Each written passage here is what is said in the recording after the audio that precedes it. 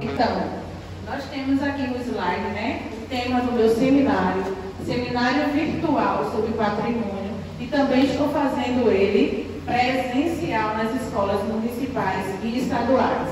Eu sou a professora Ana Virgínio, também sou produtora cultural com esse nome, tá certo?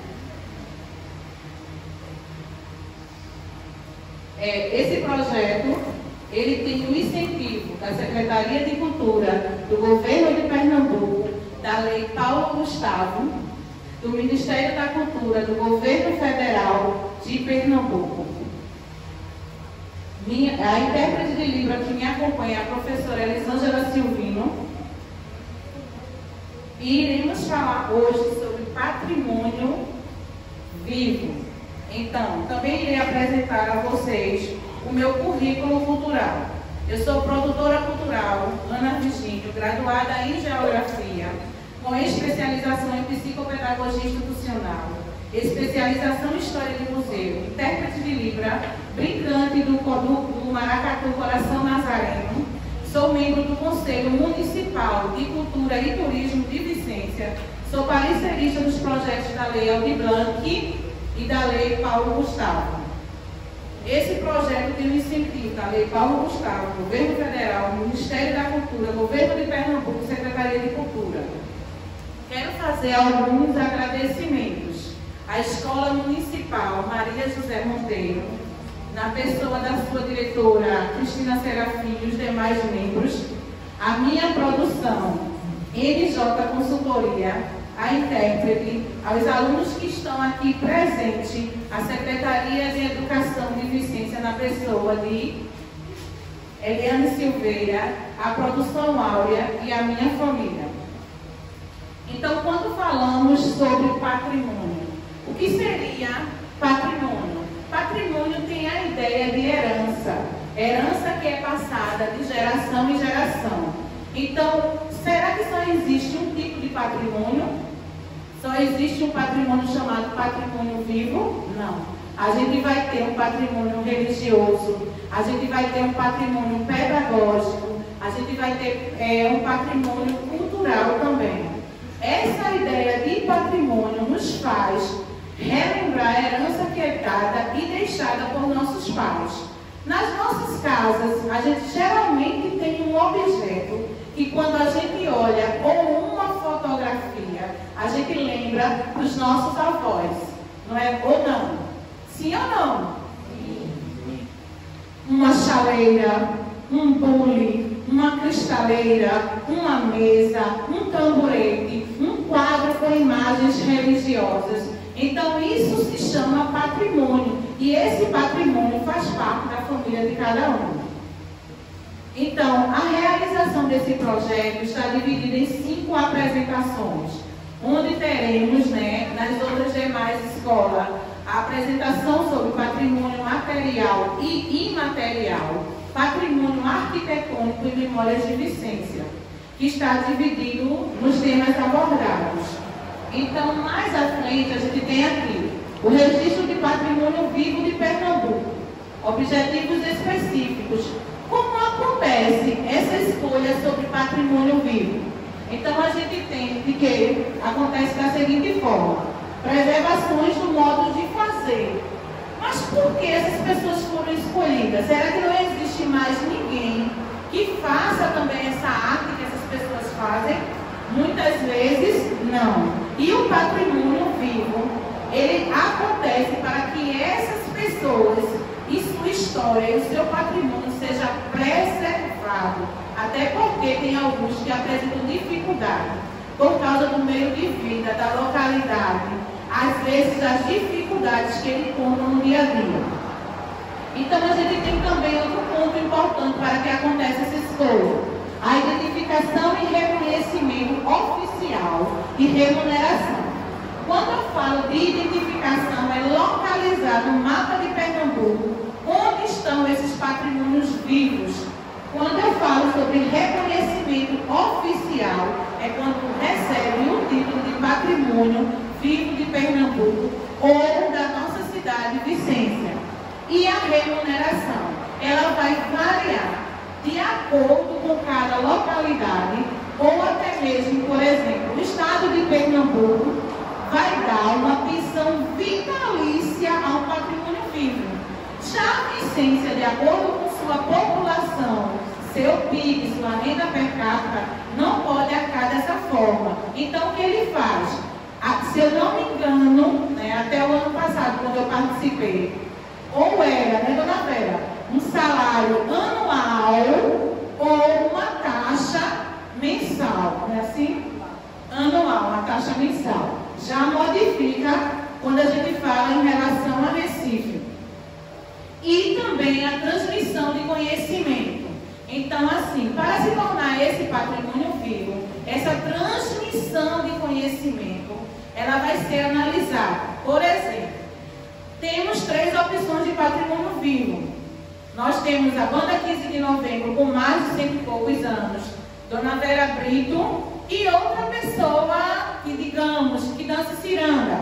Então, o que a gente vai entender? Perto de Dona Vera Brito, a Banda 15 de Novembro, ela tem mais de 100 e poucos anos. Então, ela deveria imediatamente ter sido, antes de Dona Vera, patrimônio vivo. Mas se entende que a banda, os seus componentes, eles podem ser renovados ano a ano. Então, não existe dificuldade. Dona Vera Brito, pela sua idade e pela dificuldade de repassar essa herança patrimonial do uso da palha da banana, então ela se torna um patrimônio vivo, mas necessariamente urgente naquele momento, porque após ela a gente não tem mais ninguém que faça essa arte, tá certo? Entendido assim? Então, mais à frente, patrimônio vivo é um conceito que se refere a pessoas ou grupos que possuem conhecimentos e técnicas para a preservação e produção de aspectos cultural e popular. Quais são os tipos de patrimônios? Ele vai ser classificado em categorias distintas, conforme mostraremos abaixo. Então, a gente vai ter o patrimônio bruto, que ele vai estar relacionado aos bens de direito, tá certo? É apenas a classificação. E a gente vai ter o patrimônio chamado líquido, que esse aqui, ele vai receber um valor de acordo com sua especificidade. Então, a gente tem mais à frente o patrimônio de afetação. Esse é de uso exclusivo das construtoras.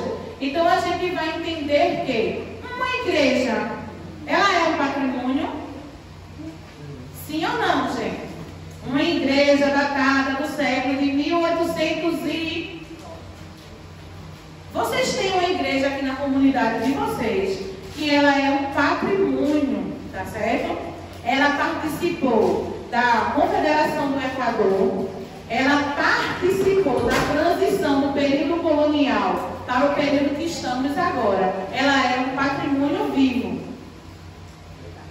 E o que compõe o patrimônio? São bens. O que quer dizer esses bens? Ele tem um valor econômico de alguma maneira, que pode ser convertido em dinheiro. Pode passar. Esses bens são divididos em 2 partes: bens tangíveis e bens intangíveis. O que são esses bens tangíveis? Eles serão chamados de bens materiais. Por exemplo, essa boneca que foi confeccionada na palha da banana pela mestra Vera Brito, ela é um bem tangível, ela é um material. Mas o que é um bem intangível? Aí a gente vai entender que são aqueles que não podem ser tocados. São marcas, franquias, patentes, tecnologias, entre outros. Pode passar. E os bens móveis e imóveis? Nós temos aí, eles podem ser mudados de um lugar para o outro sem comprometer a sua estrutura. Já os bens imóveis equivalem ao oposto dos bens móveis. Eles não podem ser trocados de local sem causar prejuízos ao solo. São eles, terrenos, por exemplo. E agora com vocês, né, essa foto aí bem bonita, que foi pega lá na FENEARTE de Recife, onde Dona Vera Brito faz parte todos os anos, certo? Então, Patrimônio Vivo de Vicência e Pernambuco, a mestra Vera Brito. Ela é Patrimônio Vivo de Vicência e Pernambuco. Ela é produtora cultural e trabalha na arte da fibra da bananeira e da palha do milho. Agora, com vocês, ela vai falar um pouco dessa história, dessas vivências, até ela chegar a esse título de Patrimônio Vivo de Vicência e Pernambuco.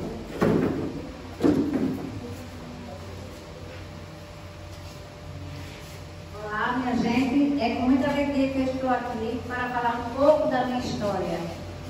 Uma história essa que, desde que nasci, eu acredito que eu já sou artesã. Eu senti o gosto de fazer alguma coisa para brincar. Eu, naquela época, não tinha boneca. Minha mãe e meu pai não podiam comprar uma boneca. Então, eu comecei a confeccionar bonecas com palha, com maniva. Vocês sabem o que é maniva? Com maniva, com carrapateira, com caroço de manga. Chupava manga, chupava para ficar aqueles cabelinhos bem branquinhos.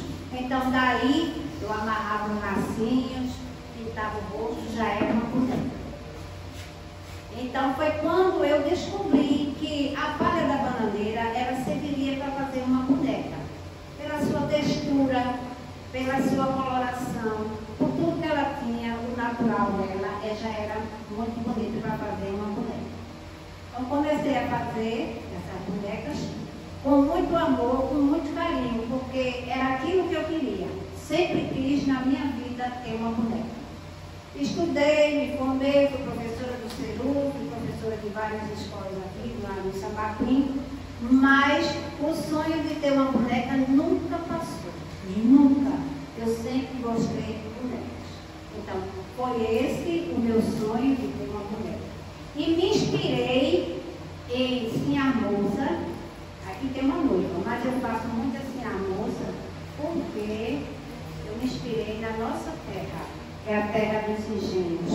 Então eu faço ela com chapéu, sombrinha, às vezes um leque, uma bolsinha. Então elas são assim a moça. Daí eu fui crescendo nesse interesse de fazer alguma coisa.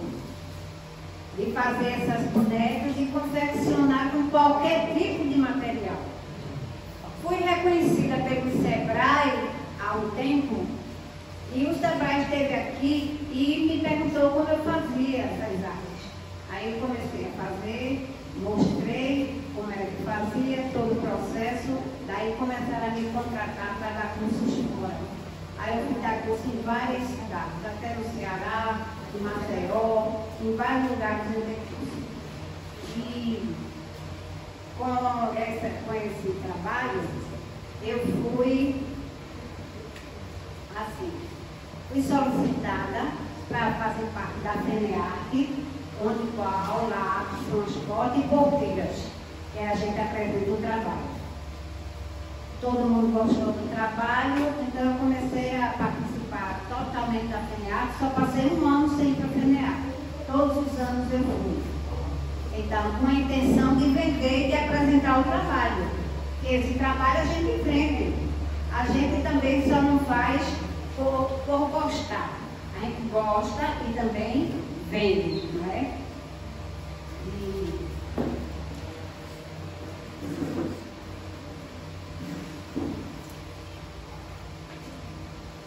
Então, quando ela fala sobre FENEARTE, vocês entendem o que seria a FENEARTE? Oi? Uma feira de artes. Onde está localizada essa feira de artes? Olha, FENEARTE, feira de artes. Ela é aqui em Vicência, ela é na Usina Laranjeiras. Onde? Vocês já viram na televisão?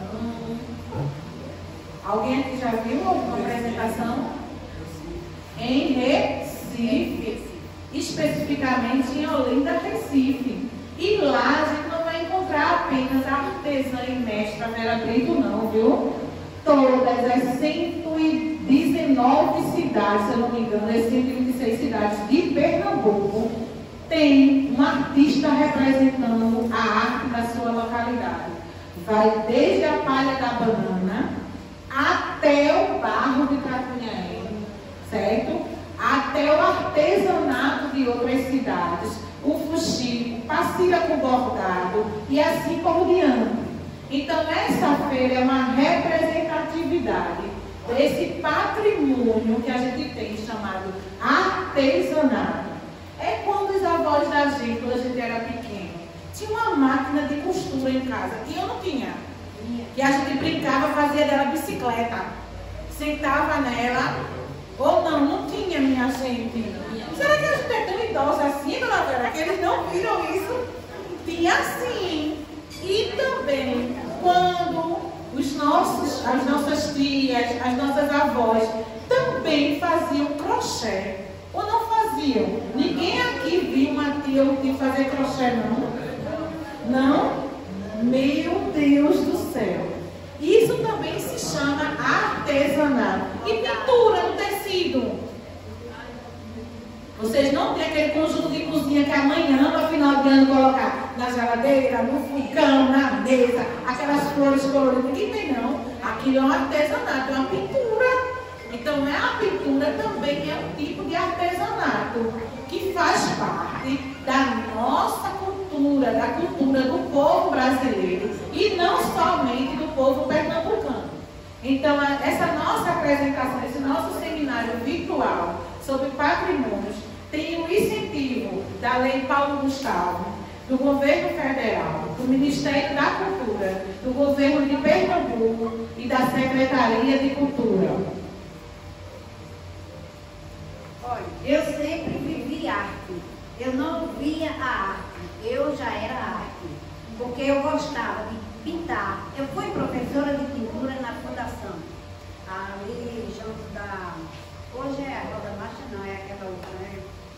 Ali no começo da rua. Secretaria de Educação. É, na Secretaria de Educação. Eu trabalhei mais de 20 anos ali como professora de pintura. Depois, antes de professora de pintura, quando eu era criança, naquela época existia professora de bordado à mão, com a professora Alta Miranda, que eu já tenho 76 anos. Viu? Vocês são bebês ainda, eu tenho 76 anos. Então, sempre eu vivi arte. Eu não via a arte, eu já era arte. Então, eu gostaria que todos vocês fossem arte.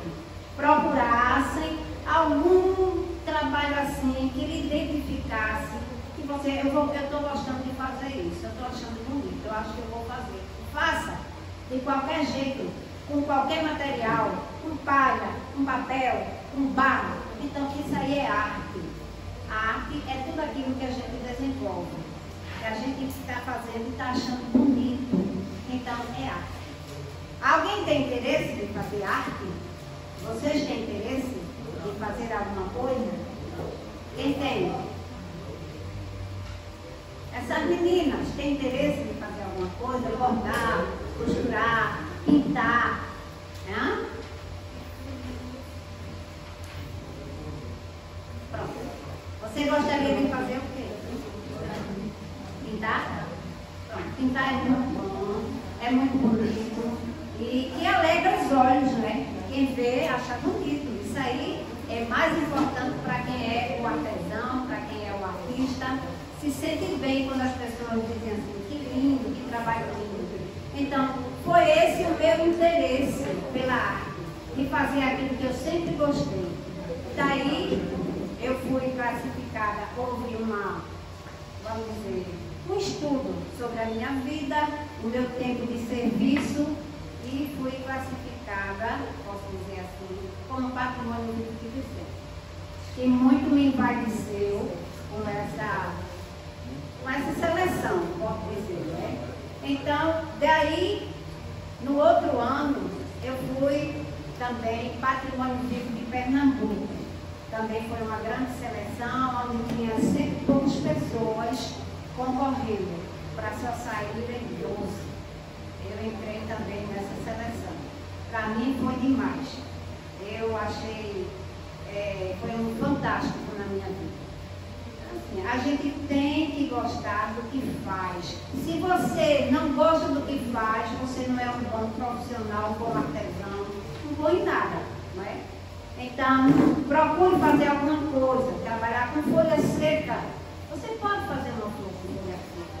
Você pode fazer qualquer trabalho com qualquer objeto, com palha, com caixa, com barro, com madeira, com tudo que vocês encontrarem. Tudo. Então, só é gostar. Gostar do que faz e ali dedicar totalmente. Fazer o que você está achando bonito. Já é arte. Então, vocês têm que aprimorar alguma coisa, fazer, gostar de fazer, porque vai se dar bem na vida, né? A pessoa pode ser um médico, um advogado, um professor. Não impede de que você seja um artista, que você seja um artesão, de jeito nenhum. Então, é uma parte a mais, é uma renda a mais que você tem, que você vai adquirir com aquilo que a gente faz. Por exemplo, quem faz arte para aniversário é artista também, já tem uma renda, não é? E daí que todo mundo faça alguma coisa, porque é satisfatório. A pessoa vai se dar muito bem, vai tirar aqueles pensamentos errôneos, vai ocupar o tempo, que é muito importante. Então, nós temos o incentivo do governo do estado de Pernambuco, da lei Paulo Gustavo, do governo federal, do Ministério da Cultura e Secretaria de Cultura. Dona Vera fez alguns recortes, né, sobre a história de vida dela. Quando ela falou aí sobre a brincadeira da infância dela, qual era? Quem lembra lá no início? Oi? De quê? De boneca. Mas ela já fazia a boneca de palha. Ela brincava com que tipo de material? Caroço de manga. Ela diz uma coisa que tem manifa. Então, por ela ser uma criança que não tinha acesso às bonecas que a gente vê na televisão, nas lojas, então ela usou a criatividade do material que ela tinha próximo à casa dela, materiais de vivência, de costume, de trabalho, do quintal dela, dos pais dela, até de alimentação, para que ela pudesse brincar. E quem aqui já brincou com carrinhos de lata? Quem aqui já brincou com carrinhos de bulimã? Eita! Quem aqui já brincou com carrinho de pneu? Quem aqui já colocou um papelão para descer uma ladeira? Quem aqui já foi com um amigo tomar banho de rio?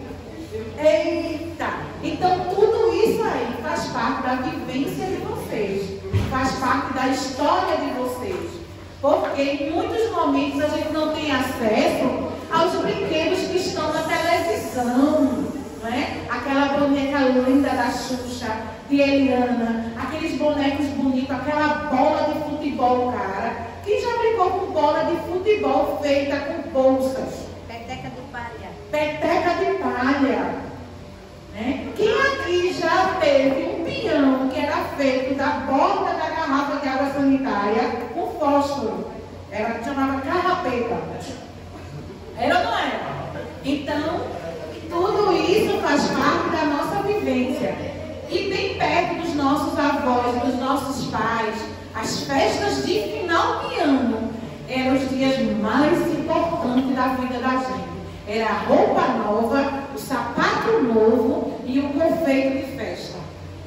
Os pais de vocês já contaram isso a vocês, os avós de vocês já contaram isso a vocês. E nessa mesma festa tinha apresentações culturais. E foi de lá que foram tirados alguns patrimônios vivos, sabiam disso? Por exemplo, quando a gente vai na festa de Natal e Ano Novo, que hoje as pessoas não gostam muito, lá há mais de 15 anos atrás, seu Caú colocava sua barraquinha de mamulengo em frente à Câmara de Vereadores. Não era? E anteriormente era bem próximo ao parque, não era assim, Dona Vera? Mas também ele é um patrimônio vivo de Pernambuco. Vê a importância. O mamulengo da nossa cidade é um patrimônio vivo de Pernambuco. Mas depois que saía do mamulengo, depois que saía da roda gigante, depois que comprava o confeito de festa, feliz ano novo, aí vinha o quê? Antes de ir para casa fazia o quê? Se pegava na mão do outro e brincava o quê? A ciranda. Vocês sabiam que Lia de Itamaracá, a cirandeira mais conhecida de Pernambuco e uma das mais importantes, ela também é um patrimônio vivo? E a gente faz aqui recortes da nossa infância. Então a gente convive com esses patrimônios vivos. Final de ano, 15 de novembro, desfile cívico. Tem uma banda que passa bem cedinho em Vicência pelas ruas. Quem já ouviu? Bem de madrugada, 4, 5 horas da manhã. A banda 15 de novembro. E ela é patrimônio vivo de Vicência. Tá certo? Então, quando a gente fala de patrimônio, a gente fala sobre essa herança que é passada de geração em geração. Ah, mas que tema que não se encaixa, que eu não escutei. Mas a educação do Brasil, dentro da BNCC, ela fala em diversidade cultural, da Lei 10.639/03. E também a gente fala no currículo de Pernambuco, né? Fala sobre história e cultura afro-brasileira e africana. Então, os nossos patrimônios, aos quais a gente vive hoje, foi herança dos povos indígenas, dos povos africanos e dos portugueses que aqui vieram. Então, eu vou passar para a dona Vera para ela dar umas palavras de encerramento para a gente, tá certo? Eu esqueci de dizer o tempo que eu faço essa arte, né? Eu vivo essa arte. Mais de 45 anos. Muito mais de 45 anos. Ou, por que não dizer, desde que nasci, desde quando era criança, quando eu falei tudo para vocês, né? Mas que eu fui explorar mesmo assim a palha faz uns 45 anos. Meu pai tinha um fabrico de doce e uma vez me pediu uma embalagem para botar um derrubão. Eu peguei a palha seca, fiz isso, amarrei no meio e feito uma caixinha. Então ali já foi o trabalho feito com a palha da bananeira. É essa palha seca daqui que todo mundo conhece. Com essa palha seca eu faço boneca, anjos. Aqui é uma guirlanda. Aqui é uma guirlanda que vai para a porta do Natal. Assim, na época do Natal pode ser da Páscoa também. Então aqui a gente decora todinha e faz esse trabalho. Agora eu quero apresentar a vocês também. Isso aqui é a mesma daqui. Só que essa fibra aqui é a que seca no pé. Vocês conhecem essa seca? Todo mundo conhece da bananeira, né? E essa daqui é da bananeira verde. Tirou verde e botei para secar. Então, daqui de dentro eu tirei a fibra. E a fibra é essa aqui.